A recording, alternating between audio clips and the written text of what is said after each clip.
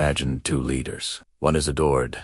His people's hearts swell with affection at his name. The other is dreaded, a shadow of consequence that chills the spine. Which ruler sleeps more soundly in his castle? This is the brutal, timeless question Niccolò Machiavelli forced upon the world 5 centuries ago. His infamous answer, a cornerstone of realpolitik, cuts against our deepest sentimental instincts. He argued, with cold Florentine logic, that fear is a far more reliable instrument of power than love. This is not a celebration of tyranny, but a dissection of human nature's stubborn, often uncomfortable, truths. Machiavelli begins his case by exposing the inherent weakness of love as a foundation for rule. Love, he observes, is a voluntary bond.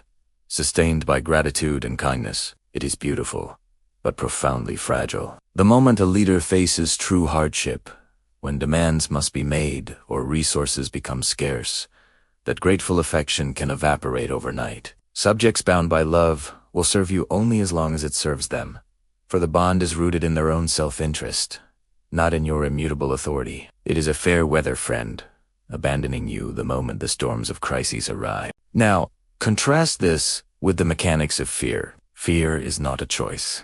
It is an imposition. It is the chilling certainty of punishment, a chain forged not in the heart, but in the primal mind. Machiavelli understood that the fear of loss, of pain, of consequence, is a motivator that operates with brutal consistency. A subject who fears you does not act out of fleeting preference, but out of a calculated need for self-preservation. This chain holds fast in times of peace and war, in prosperity and in desperate scarcity, because the instinct to avoid harm is universal and relentless. At its core, Machiavelli's preference for fear is a lesson in human psychology. He strips away idealistic notions to reveal the engine of self-interest that drives most human action. Love can be betrayed with a relatively low personal cost, a whispered conspiracy, a withheld tax, but betraying a feared ruler carries an immediate and terrifying price. The mind's risk assessment is clear and compelling. It is safer to obey the one who can destroy you than to rely on the gratitude of the one you merely like. Fear directly engages the survival instinct, the most powerful lever a leader can pull. Think of fear as a tool of managerial efficiency for a prince. Love requires constant maintenance, a never-ending stream of benefits, favors, and charismatic performances to keep the public's affection alive. Fear, once properly established, manages itself. The threat of punishment, demonstrated decisively a few times, becomes ingrained in the collective consciousness. It requires less daily effort to enforce, as people police themselves and each other under its shadow. Machiavelli saw this as pragmatic, allowing a ruler to focus on statecraft rather than an exhausting, perpetual campaign for popularity. Machiavelli urges us to scrutinize the quality of loyalty that each emotion breeds. Love promises fidelity, but it is a promise easily broken when interests diverge. The loyalty born of fear, however, is not about sentiment at all. It is about guaranteed compliance. It is a predictable, controllable output. For a ruler seeking stability above all, reliable compliance is often more valuable than the potential for passionate, yet unpredictable, loyalty. This is a cold transaction, but in Machiavelli's worldview, it is a transaction that keeps the state from crumbling into chaos. Here is Machiavelli's crucial, and often ignored, caveat. The goal is to be feared, not hated. He draws a stark line between these two states. Fear is mingled with a perverse form of respect, for it is rooted in the certainty of justified, consistent consequence. Hatred, however, is born of perceived injustice, cruelty, or the arbitrary seizure of property and honor. A hated ruler inspires not mere compliance, but active, desperate conspiracy. Machiavelli's true genius lies in this balance, using fear as a measured instrument, not an emotional outlet for the prince's rage. Can a ruler not master both? Machiavelli is deeply skeptical. He contends that the actions required to maintain ironclad fear often undermine the foundations of love. The necessary severities, the harsh punishments that make fear credible, will inevitably alienate some. The populace, he suggests, is fickle and will cling to the resentment of a single punishment longer than the memory of 1,000 kindnesses. Therefore, since perfect harmony is impossible, one must choose the more dependable foundation. For Machiavelli, that choice is clear. for the prince's survival depends on it. How then does a leader instill fear without sparking hatred? Machiavelli directs our attention to the theater of power. Every act of punishment must be public, swift, and most importantly, impeccably justified. It must be framed not as personal vengeance, but as a stern necessity for the health and security of the state. When the people see the condemned not as a victim, but as a traitor or a criminal who threatened their own peace, the prince's severity transforms from cruelty into a grim, communal justice. This preserves the vital appearance of righteousness. Machiavelli advises a ruthless economy in the use of fear. All necessary cruelty, he writes, must be executed in one decisive, terrible stroke. Then the prince should dispense benefits gradually, one by one. This pattern imprints a specific psychology. The massive, unforgettable fear establishes the baseline of power. The subsequent, spaced-out favors create a sense of relief and perceived mercy. Subjects compare the ongoing small kindnesses against the memory of the one great terror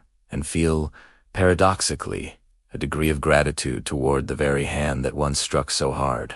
This is where Machiavelli's argument becomes profoundly practical for any leader. A prince rooted in love has endless potential conspirators. For plotters believe the people will defend a beloved ruler, but a prince rooted in justified fear faces far fewer conspiracies. The calculus for a conspirator changes entirely. They must not only overcome the prince's guards, but also face the certain, horrific wrath of a populace that fears the ruler's retribution more than they desire change. Fear, therefore, creates a silent army of deterrence within the state itself. You need not look at Renaissance principalities to see this Machiavellian dynamic. Observe the modern corporate boardroom. The CEO, who is only loved, seen as a permissive friend, often finds directives ignored or debated endlessly. The CEO, who is respected in a professional sense, feared for their decisive clarity and high standards, commands immediate execution. Their fear is not of violence, but of career stagnation or failure to meet expectations. This professional dread ensures efficient compliance, mirroring Machiavelli's principle in a suit and tie. Psychology and neuroscience lend a grim credence to Machiavelli's observation. Fear triggers the amygdala, our brain's ancient alarm system, bypassing slower rational thought to impose immediate behavioral change. Love and loyalty engage more complex, newer brain regions associated with social bonding, which require constant reinforcement. Fear is a shortcut to obedience, a primal circuit a skilled leader can activate. Machiavelli, without fMRI machines, intuitively understood that the threat of pain accesses a deeper, more instinctual level of human motivation than the promise of reward. Recall Machiavelli's devastating historical example. A prince whose rule is built solely on love will be utterly abandoned the moment trouble arrives. His people, owing him nothing but their fickle affection, will rationally choose their own safety and property over his survival. They have no tangible incentive for sacrifice. The feared prince, however, has already factored this sacrifice into the equation of dread. His subjects may not fight for him out of passion, but they will fight out of a greater fear of what will happen if he falls in chaos, or a worse ruler takes his place. Fear establishes a direct, unbreakable line of accountability from the subject's action back to the ruler's reaction. Love is diffuse, its consequences uncertain, but under a regime of fear, every individual knows with chilling certainty that transgression X will lead to punishment. Why this clarity creates a self-regulating society? People feel they own the consequences of their choices. In Machiavelli's view, this ownership of consequence is the bedrock of social order, far more stable than hoping citizens will act rightly out of mere goodwill toward a leader they adore. There is a paradoxical comfort in being ruled by a feared leader, a point Machiavelli subtly acknowledges. In times of uncertainty, crisis, or external threat, populations are often psychologically seduced by the strong hand. The promise of order, even if imposed by a dread authority, can feel safer than the ambiguities and vulnerabilities of a purely affectionate rule. The feared leader becomes a protective, if terrifying, father figure, shielding the child state from chaos, a role for which love seems insufficiently armored. But the Machiavellian contract has a devastating cost, primarily for the ruler themselves.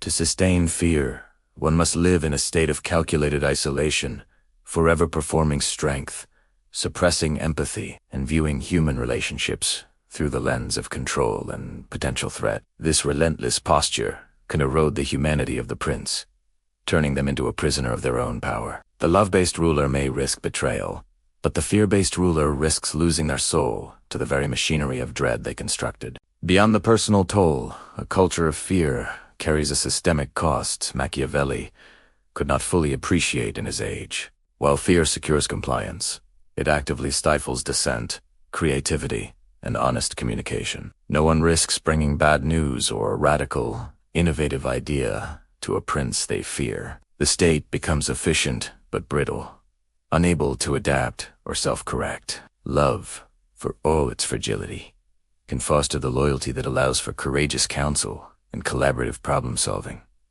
elements vital for long-term resilience and growth. History's ledger offers a complex verdict on Machiavelli's thesis. Many of history's most feared rulers, from Roman emperors to modern dictators, achieved remarkable short-term control and monumental projects through terror. Yet, their regimes often ended in spectacular collapse, assassination, or legacy of infamy. The stability of fear frequently proves to be a rigidity that eventually shatters. Meanwhile, leaders who blended genuine care with the capacity for firmness, like a Marcus Aurelius, achieved longevity and lasting reverence, suggesting Machiavelli's either or choice may be a false dilemma. You have encountered this principle in your own world. The parent whose quiet disapproval carries more weight than another's outburst. The teacher whose high standards are dreaded but produce excellence. The friend whose boundaries are so firm you would never dare cross them. These are micro-applications of Machiavellian fear,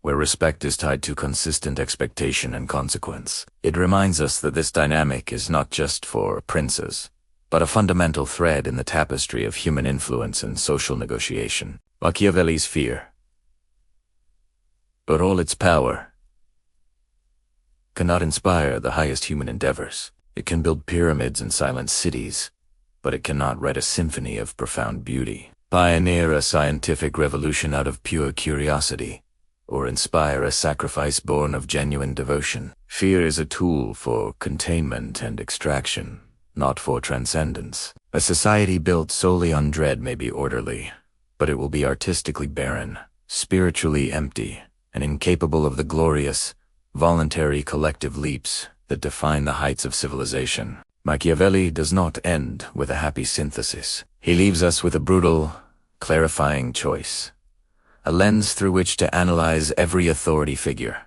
from politicians to bosses. He forces us to ask, is the respect we offer rooted in affectionate admiration, or in a calculated assessment of consequence? His enduring power lies in this uncomfortable provocation. By showing us why fear often works, he does not necessarily tell us to embrace it. He arms us with the knowledge to recognize its mechanics, and in that recognition, find the wisdom to demand and build something better. Machiavelli's conclusion is a stark testament to the unforgiving logic of power. He posits that in a world governed by self-interest and survival, love is a currency too volatile for a ruler's treasury. Fear, by contrast, is the hard coin of lasting authority, minted in the universal human instinct for self-preservation. His infamous choice is not a moral endorsement, but a grim prescription for stability in an unstable world. The legacy of this analysis is not a command to tyrannize, but a severe warning. It reveals that the respect born of dread is often the most reliable, not because it is noble, but because it speaks directly to the most primal, calculative parts of our psyche.